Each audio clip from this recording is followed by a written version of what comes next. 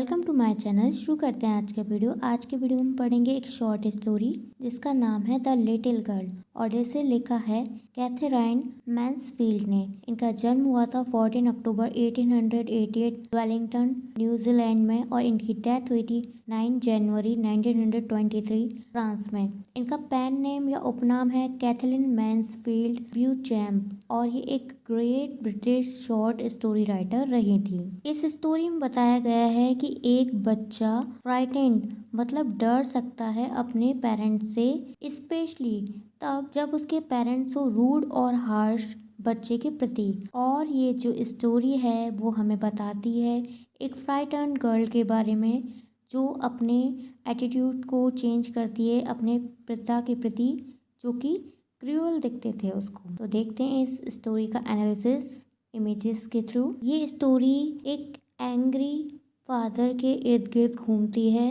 इस स्टोरी में 4 characters main हैं।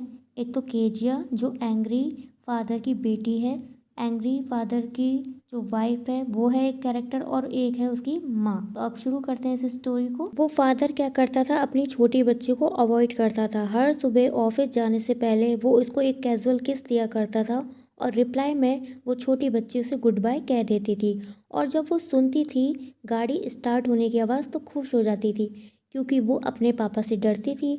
और जब वो आते थे तो वो सीढ़ी के पास चुपचाप खड़ी रहती थी जहाँ उनके चीखने की आवाज़ आती थी। आते ही वो कहते थे अपनी वाइफ से चाय लाने के लिए, पेपर लाने के लिए, और अपनी मम्मी को कहते थे कि माँ जाओ देखो बाहर मेरे जूते अगर रखे हुए हैं तो उनको लेकर आओ। फिर जो केजिया की माँ थी वो केजिया से कहती थी अगर केजिया तुम गुड गर्ल हो तो जाओ अपने पापा के जूते लेकर आओ।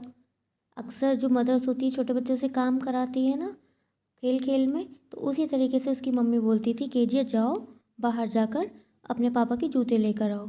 और वो धीरे धीरे सीढ़ी से नीचे लाती जूतों को और धीरे धीरे हॉल के उस पार जाती और धक्का देकर ड्राइंग हॉल को खोलती क्योंकि उसकी हाइट कम थी।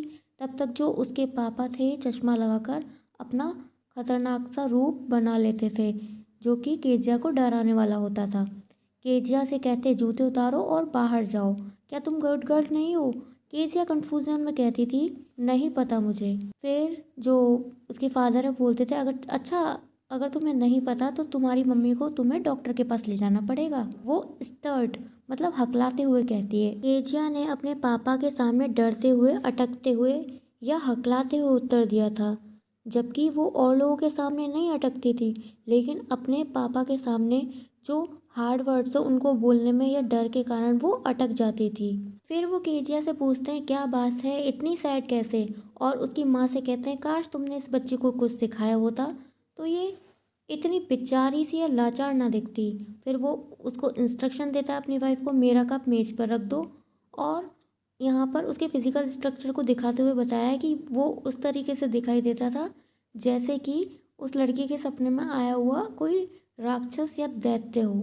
संडे को जो ग्रैंड माँ थी केजिया की वो क्या करती थी, ड्राइंग रूम में पेरेंट्स के पास केजिया को भेज देती थी अच्छे से बात करने के लिए। पर जो छोटी बच्ची थी वो क्या देखती थी कि माँ तो पढ़ रही होती थी और पापा के चेहरे पर रुमाल डाला होता था और वो सोफे पर आराम कर रहे होते थे, बढ़िया से पैर तकिए पर रखे हुए होते थे और सोते हुए वो स्नोरिंग मतलब खर्राटे ले रहे होते थे। और वो स्टूल पर जाकर बैठ जाती थी और गंभीरता के साथ उनको देखती रहती थी जब तक कि वो जाग ना जाते और अंगड़ाई न लेते। और तब जागकर केजिया से कैसे कहता है वो उसका फादर कि ऐसे मत घूरो मेरी साइड या स्टेयर मत करो, ऐसे जब देखती हो तुम तो छोटे भूरे उल्लू जैसी दिखती हो।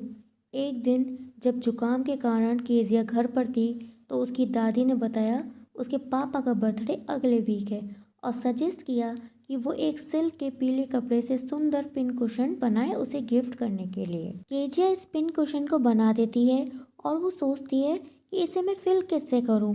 दादी माँ उस वक्त कहाँ होती है, बाहर गार्डन में।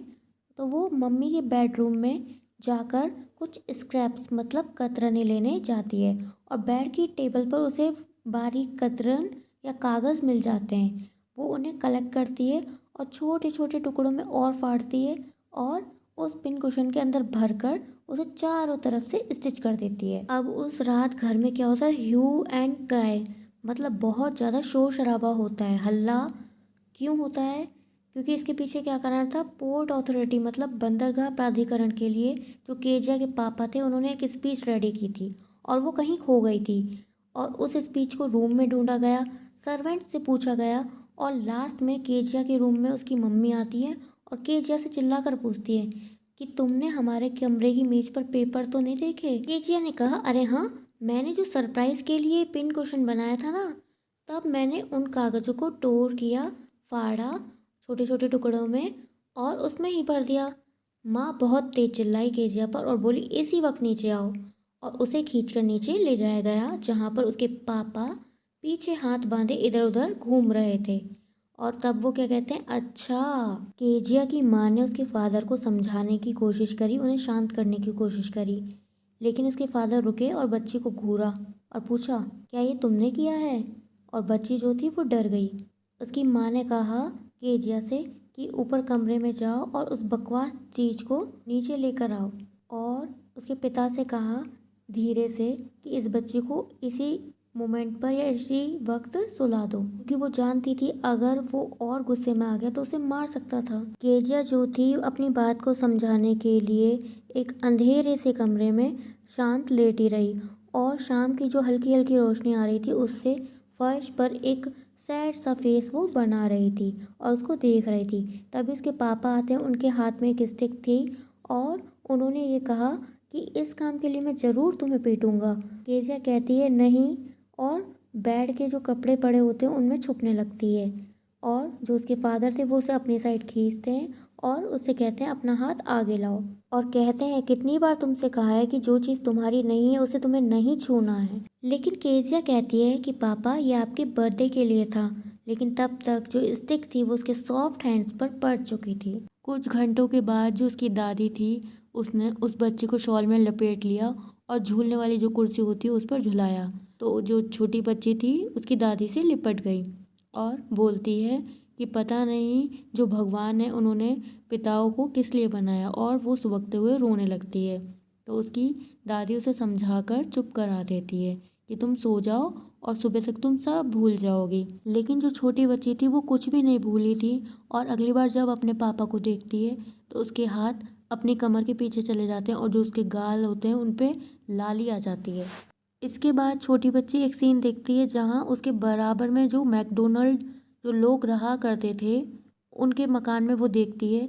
उनके फादर थे, उनके 5 बच्चे थे और वहाँ वो उनको पकड़म पकड़ाई खेलते हुए देखती है, पाइप से पानी से अपने बच्चों को भिगोते हुए देखती है और खेलते हुए अच्छे से देखती है। तब वो सोचती है कि हर फादर जो होता है उसके फादर की तरह एंग्री नहीं है, कुछ अच्छे पिता भी होते हैं। इसके बाद अचानक एक दिन उसकी मम्मी बीमार हो जाती है और जो दादी माँ होती है केजिया की वो भी हॉस्पिटल चल जाती है। तब जो खाना बनाने वाली एक लड़की है एलिस, उसके साथ केजिया घर में अकेली रह जाती है। दिन में तो सब कुछ ठीक रहता है लेकिन रात में जब एलिस उसको सुला रही होती है तब केजिया डर जाती है। केजिया कह रही होती है अपने आप में धीरे धीरे कि अगर मुझे डरावना सपना आया तो मैं क्या करूँगी, मुझे तो अक्सर डरावने सपने आते रहते हैं। और तब दादी ही अपने बिस्तर में मुझे सुलाती है, मैं तो अंधेरे में भी नहीं रह सकती। एलिस बोलती है तुम सो जाओ बेटा, और उसकी जुराबें या सॉक्स उतार देती है और बोलती है चिल्लाना मत, अपने पापा को जगह मत देना, क्योंकि उन्हें तो वैसे भी गुस्सा आता है। लेकिन केजिया को क्या है, डरावना सपना आता है पहले की तरह, जिसमें एक इंसान के हाथ में चाकू होता है और रस्सी होती है जो कि उसके पास और पास आता जाता है। उसकी डरावनी सी हंसी थी और वो उसके सामने हिल भी नहीं सकती थी, केवल स्थिर खड़ी रह सकती थी कांस्टेंट। और रोते हुए दादी माँ वो चिल्लाती है और इस कांपती आवाज़ के साथ वो जाग जाती है। इसके बाद क्या देखती है, उसके पापा सामने कैंडल लेकर खड़े होते हैं और पूछते हैं क्या हुआ बेटा। तब वो अपना सपना अपने पापा को शेयर करते हुए कहती है कि मुझे तो दादी माँ अपने पास चाहिए। तब उसके जो पापा हैं अपने पास उस बच्ची को ले जाते हैं। जो शयन कक्ष था या सोने का कमरा था उसमें जो चीज़ें बिखरी हुई थी उनको उसके पापा बिल्कुल एक जगह रख देते हैं और उस बच्ची को सुला देते हैं। उसके पापा इतने थके हुए थे कि उस बच्ची से पहले ही सो जाते हैं। तब वो छोटी बच्ची सोचती है कि जो मेरे पापा हैं इतने बड़े भी नहीं है, भले वो कठोर दिखते हैं लेकिन वो है नहीं, उनकी देखभाल करने वाला इस टाइम तो कोई भी नहीं है, क्योंकि माँ की तबीयत खराब थी और जो दादी माँ थी वो भी बाहर हॉस्पिटल ही थी और उसके पापा को ही हार्ड वर्क करना पड़ता था, इसलिए वो थक जाते थे और मैकडोनल्ड की तरह नहीं हो सकते थे। और वो सोचती है मैंने अपने पापा के इतने सुंदर पेजेस को फाड़ दिया, और वो एकदम से हिल जाती है।